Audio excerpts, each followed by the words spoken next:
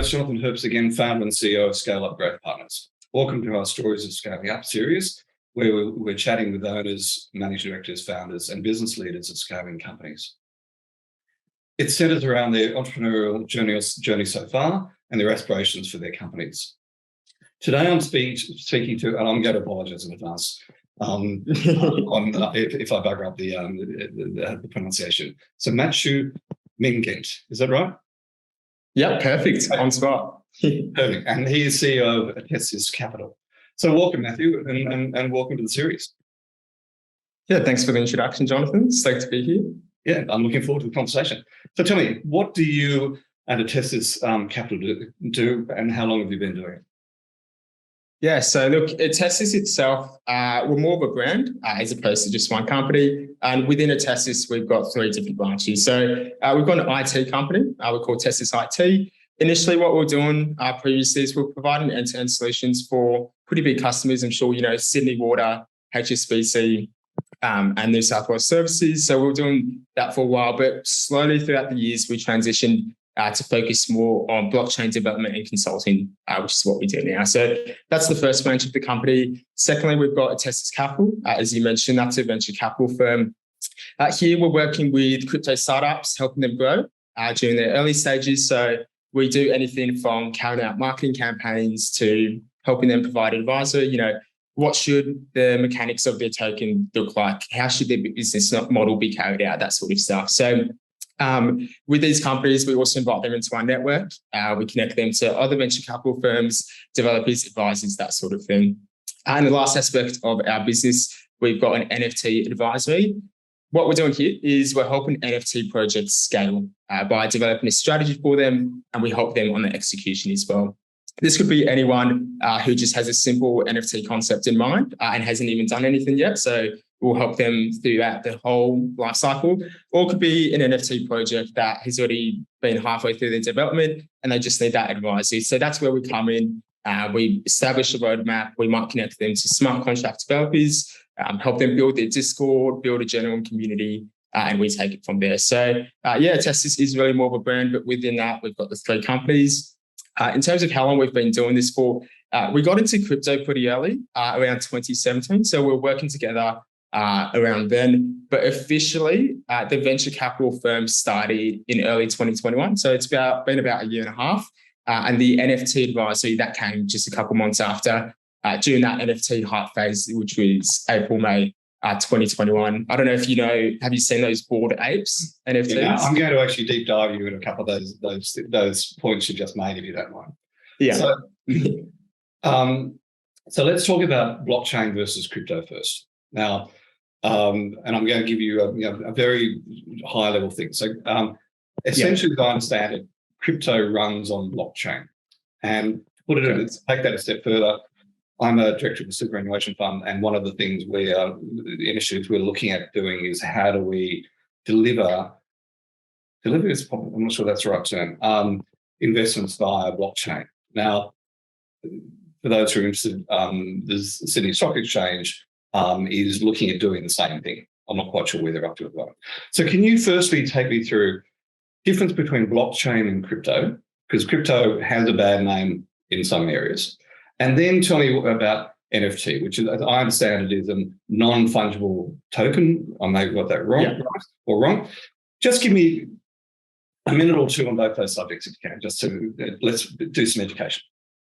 Yeah, absolutely. So I think the first thing we want to start off is what is a blockchain, because I guess that's the underlying technology.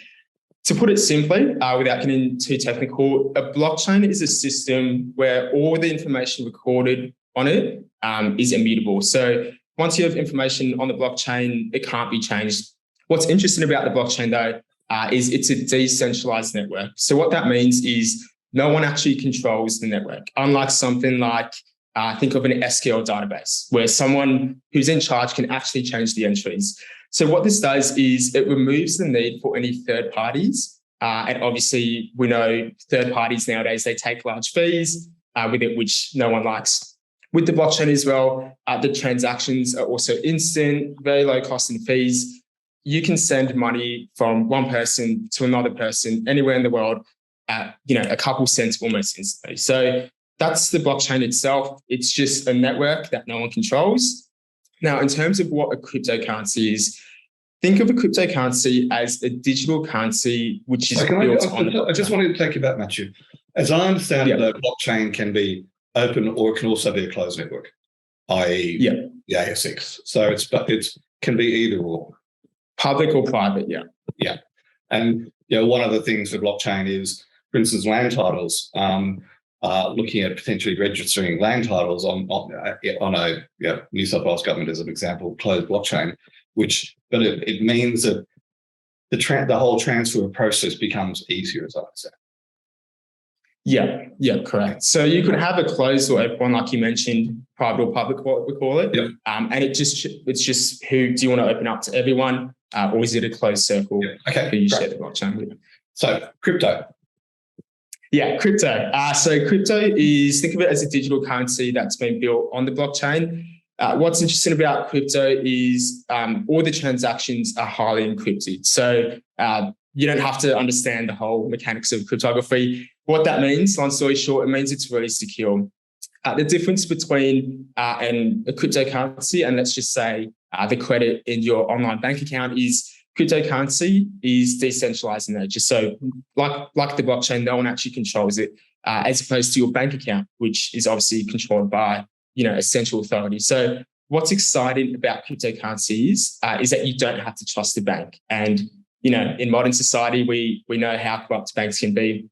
And like I said before, you can transfer crypto from, me sitting here in Portugal, I can give someone in Nigeria, as long as they have a crypto wallet and they have access to the internet, I can send them Bitcoin, for example, which is a cryptocurrency, instantly at the cost of a couple of cents. So I guess people are seeing crypto as what's going to be the next global payment. And the reason why is knowing how corrupt our monetary system is nowadays, people are looking for that alternative. And I think that's exactly what crypto offers. Okay. Finally, NFTs. NFTs. So as you mentioned, it's non-fungible token. Whenever I say that, people go, what on earth is that? So the fact that it's non-fungible means it's unique. You can't replicate it. Think of it as if it's a unique token that's been built on the blockchain. So in a way, similar to a cryptocurrency. If you look online, an NFT is pretty much just a JPEG image when you look at it. But often than not, it represents a real world image. So it could be artwork, it could be real estate. Let's say there's a Mona Lisa NFT. If you hold that NFT, essentially what it's saying is you actually own the Mona Lisa, the actual artwork. So the fact that it's an NFT, it's non-fungible, you should only have one. If you had a Mona Lisa NFT and your next door neighbor also had that same NFT, you probably scratch your head because there should only be one. But essentially what you could do with that NFT is at any point you could say, I actually want the physical artwork, and you could get it, delivered to your door. So with NFTs, there's a lot of different utilities. It could either represent, like I said, artwork, it could be real estate. If you play crypto games, the NFT is usually a weapon, it could be skins. And what makes them valuable is the fact that it's unique and the fact that you actually own something. So sort of like I mentioned about those Bored Apes before, they sold for over $1 million, right? And I know there are people out there who scratch their heads, they go, why on earth would I pay $1 million for a JPEG image? So I do get that perspective, but the reason why owning one of these apes, why it's so exclusive, it's because as a member, you get invited to these different events, you get special access to certain NFT drops, you get these free tokens every now and then just for holding those apes, and they're worth quite a bit of money. I've got a friend who owned 8 of those apes, and when he got these free tokens, they were worth almost over $1 million together. So it does have value aside from just being a picture. I think the way to see it is you're now part of a group. You're now part of this high class status. Eminem, Madonna, Stephen Curry, they all hold an ape. So in a way, if you hold an ape, I guess you're in that circle with them. Okay, thank you. I've learned a lot. So okay, let's move on. So running the business during the pandemic, what have you continued doing? What initiatives did you take that you've continued doing in the business? Yeah, so I think the start of the pandemic was when we started to get pretty serious, knuckle down. We said we started in 2017. But we were more doing investments back then, had a group chat, were investing together in a few different projects. But start of the pandemic was when we really started to knuckle down, put our heads down. And the reason why, I guess we just found ourselves with a lot more time on our hands. It's not like we could go down to the pub. We couldn't play sports or whatever it was that we were doing in our free time. So we sort of knuckled down. We began networking all over the place. We expanded our business, started to build a lot of assets for the company. And by the end of the pandemic, we sort of looked back and we're like, yeah, looks like we got a fair bit done, which was good. And I think we've sort of just carried that momentum going forward. And I think if the pandemic didn't hit, we'd be quite a few steps back from where we are now. So in a way, we've been able to make the best out of a bad situation. Right. So what do you reckon the future looks like for you? And what are your main challenges going forward? The future, I would say, is pretty exciting, especially for crypto. I think there's so much unknown in this industry that not a single person could tell you what their company is going to look like in 2, 3, 4, 5 years from now. I will say this though, we think blockchain technology is going to completely revolutionize the world. The same way the internet did back in 2001, but on a much, much bigger scale. Back then, during the mid-90s, if you look at it, a lot of people actually didn't believe in the internet. The people were going around saying the internet's a scam. If you look at it now, so if you look at news articles back then, now, you've got all these so-called experts. They were saying things like there's no online database that could replace your newspaper. There's no computer network that could control the way the government operates and runs. People were pretty hysterical about it. They were just going around saying, it's not possible. Why would we switch everything to being online on the web? And of course, we look at it now and we laugh about it. But that's what happened back then.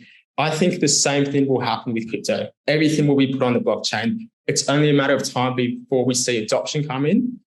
So we see regulation come in and obviously adoption will evolve from that. So I think for anyone listening, it's really important to at least understand the basics of blockchain, whether that be for investment, whether that be to advance your career, because I can tell you now, I don't think it's going to disappear anywhere in the short term. So really important.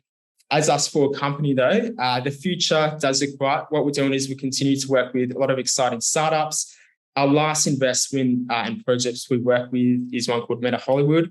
Are you familiar with Planet Hollywood? Yes. Yeah.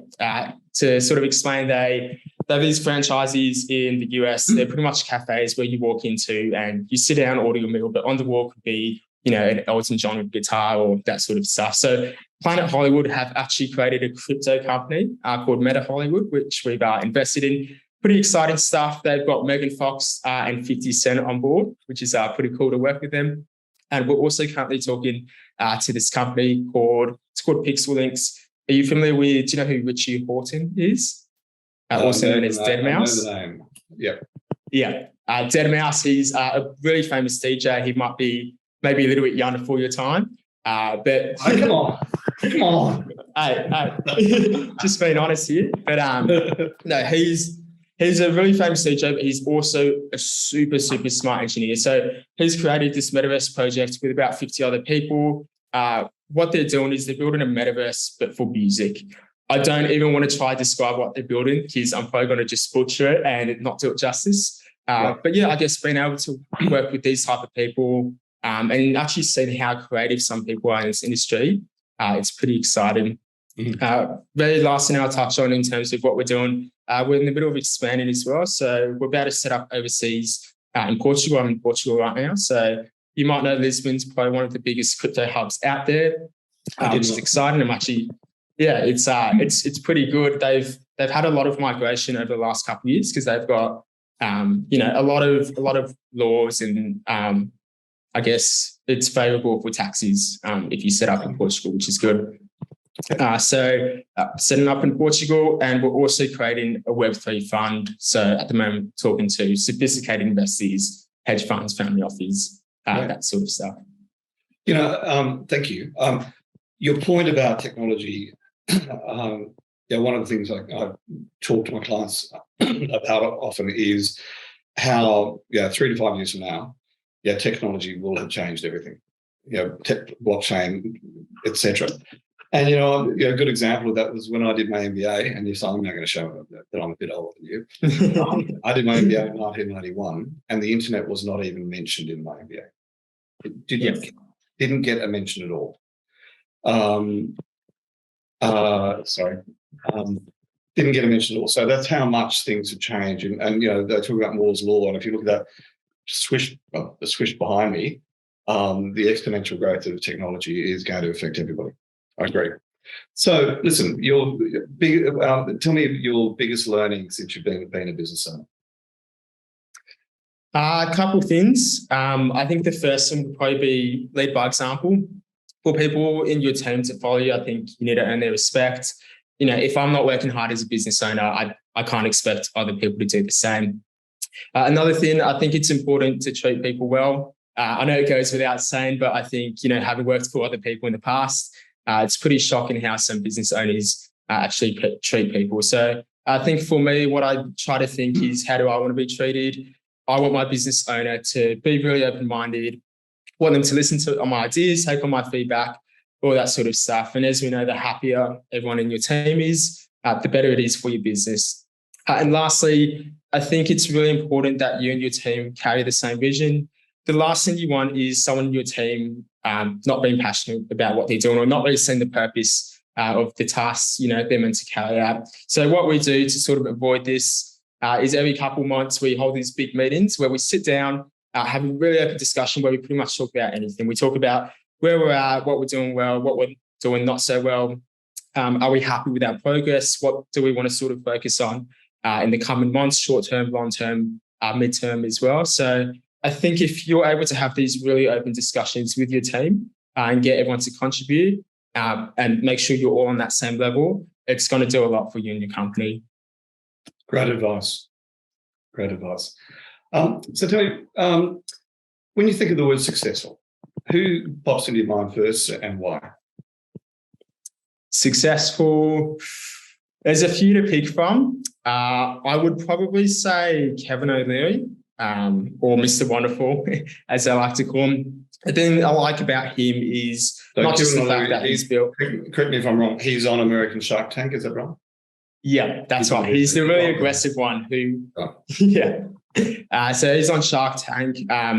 He's pretty aggressive, but what I like about him is he's built a lot of successful businesses, but he's also very adaptable. So when I think of someone who's intelligent, which is obviously, the ability to learn and adapt to new situations, I think of him.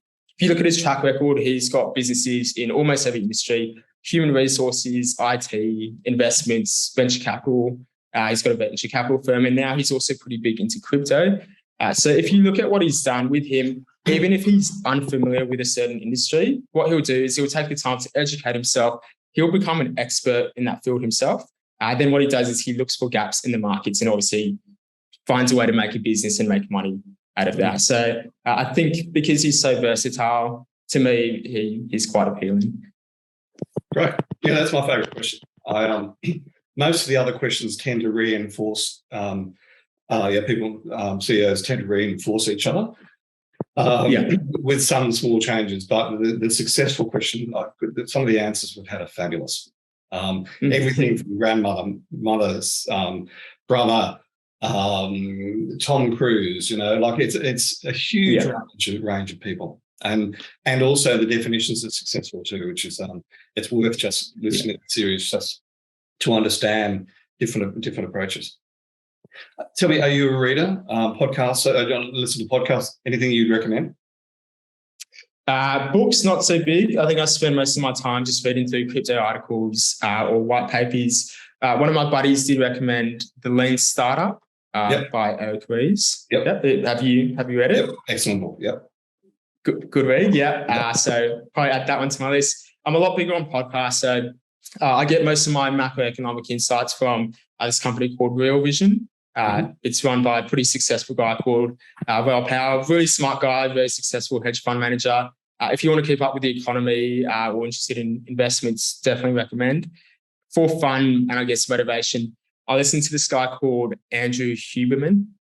He runs this podcast called Huberman Lab. Not very popular, but do you know the last interview I did, which actually was 2 hours ago because I batch processed and stuff, recommended the same blog or same podcast. Oh. I'm also going to have to go.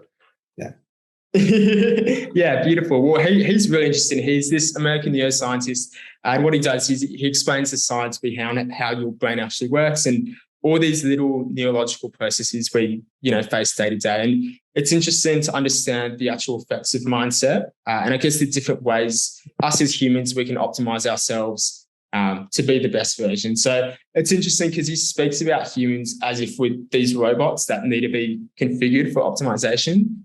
But no, highly recommend. I think it's it's pretty motivating as well. Okay. So listen, you've already identified that I'm of a different generation to you. Out of interest to me, how do you consume podcasts? Like, do you do it while you're walking? I mean, I just find there's not enough time of the day to listen to everything I'd like to. Yeah, it's I know most people I talk to, they put their headphones in and they go for a walk around the block sort of thing. I actually like to sit down and just watch it because I find it when I go for a walk, I don't get everything they say out of it. But if I sit down, I can actually, just concentrate fully. So I probably spend about half an hour to 45 minutes a day. Normally I have to do all my work and just sit down and give it a listen. So do you schedule that time in? It's sort of become routine for me now. So normally after dinner, I've got a bit of time free and just give it a listen. Good advice. Thank you. It's just something I grapple with because I've got so many podcasts on my list. I just never get to them. Okay. Last question. Any last piece of advice or parting words for CEOs or aspiring CEOs? Yeah. Look, I think if you're someone who's young or you're someone who already has a company looking to be a CEO, there's a lot of takeaways, but I do want to leave you with this. I've got these big words on my wall back at home, and what it says passion changes everything. It is a bit cheesy, I know. It says passion changes everything. Yeah, it is a bit cheesy. Some people laugh when they see it, but I think this applies to anything you do, whether it be sports, career, business, your relationships. There's nothing more powerful than someone who's extremely passionate about what they're doing. And the reason why is this person by default is going to be an absolute freak at what they do. So I guess my message to aspiring CEOs or CEOs out there as well, go out there, find what it is that makes your blood boil, find what it is that gets you up at 5 a.m. and jump around and dedicate all your energy into that. As a bonus, if you're able to monetize that thing that you're doing, you'll have a successful business. Great advice. Mathieu, thank you so much. Thanks for taking the time. And particularly, what time is it in Portugal? It's 7:45, but I'm an early bird, so. Okay. Well, listen, thank you so much for taking the time. I really enjoyed chatting. Thanks, Jonathan. Thanks for having me here. It's my pleasure.